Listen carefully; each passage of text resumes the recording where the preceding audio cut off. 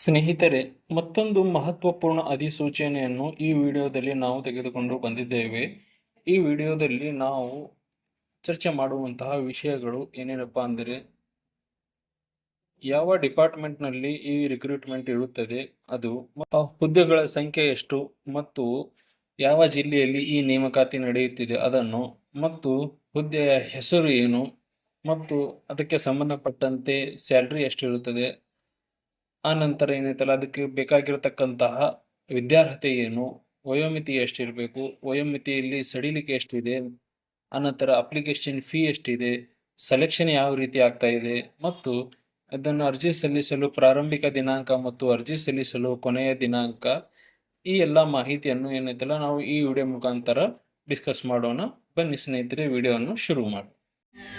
Ladies and gentlemen, the show starts in 3, 2, 1, go.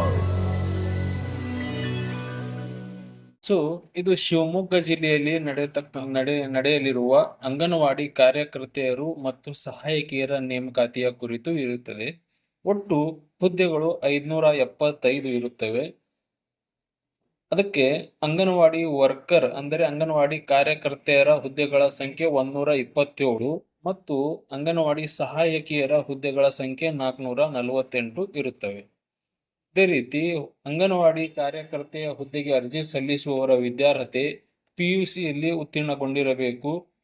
ಅನಂತರ ಅಂಗನವಾಡಿ ಸಹಾಯಕಿಯರ ಹುದ್ದೆಗೆ ಅರ್ಜಿ ಸಲ್ಲಿಸುವವರು 10ನೇ ತರಗತಿಯನ್ನು ಉತ್ತೀರ್ಣಗೊಂಡಿರತಕ್ಕದ್ದು. ಇದಕ್ಕೆ ಸಂಬಂಧಪಟ್ಟಂತೆ ವಯೋಮಿತಿ ಕನಿಷ್ಠ 18ರಿಂದ ಗರಿಷ್ಠ 35ರವರೆಗೆ ಇರಬೇಕು. ಆನಂತರ ಹ್ಯಾಂಡಿಕ್ಯಾಪ್ ಅಭ್ಯರ್ಥಿಗಳು ಏನಿರ್ತಾವಲ್ಲ ಅವ್ರಿಗೆ 10 ವರ್ಷ ವಯೋಮಿತಿಯಲ್ಲಿ ಸಡಿಲಿಕೆ ಕೂಡ ಇರುತ್ತದೆ. ಇದಕ್ಕೆ ಸಂಬಂಧಪಟ್ಟಂತೆ ಯಾವುದೇ ರೀತಿಯ ಅಪ್ಲಿಕೇಶನ್ ಫೀ ಇರುವುದಿಲ್ಲ. ನೀವು ಫ್ರೀಯಾಗಿ ಅರ್ಜಿಯನ್ನು ಸಲ್ಲಿಸಬಹುದು. ಇನ್ನು ಸೆಲೆಕ್ಷನ್ ಪ್ರೊಸೆಸ್ ಏನಿದೆಲ್ಲ ಮೆರಿಟ್ ಲಿಸ್ಟ್ ಆಧಾರದ ಮೇಲೆ ಆಗುತ್ತದೆ.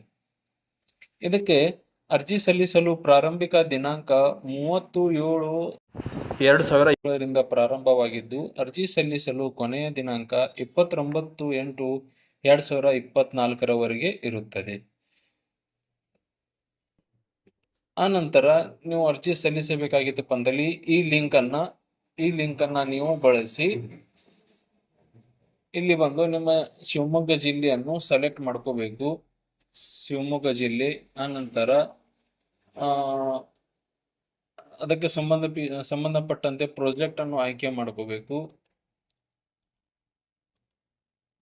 ಅಂಗನವಾಡಿ ವರ್ಕರ್ ಮತ್ತು ನೀವು ಯಾವ ಕೆಟಗರಿಗೆ ಸೇರಿದಿರಪ್ಪ ಅನ್ನೋದನ್ನು ಇಲ್ಲಿ ಸೆಲೆಕ್ಟ್ ಮಾಡ್ಕೋಬೇಕು. SC ST ಅಥವಾ ಅದರ್ಸ್ ಸಬ್ಮಿಟ್ ಮಾಡಿ ನೀವೇನೈತಲ್ಲ ಕಂಟಿನ್ಯೂ ಆಗಬೇಕು.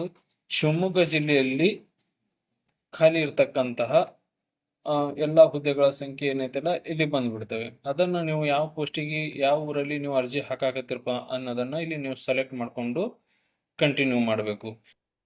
Minority language required as per section 6 ವಿಭಾಗ 6ರ ಪ್ರಕಾರ ಅಲ್ಪಸಂಖ್ಯಾತರ ಭಾಷೆ ಅಗತ್ಯವಿದೆ.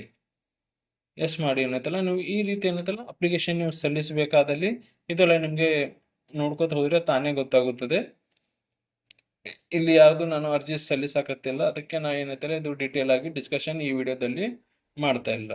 ಸ್ನೇಹಿತರೆ, ಈ ವಿಡಿಯೋದಲ್ಲಿ ಇಷ್ಟೇ. ಮತ್ತೆ ಸಿಗೋಣ ಮುಂದಿನ ವಿಡಿಯೋದಲ್ಲಿ. Thank you.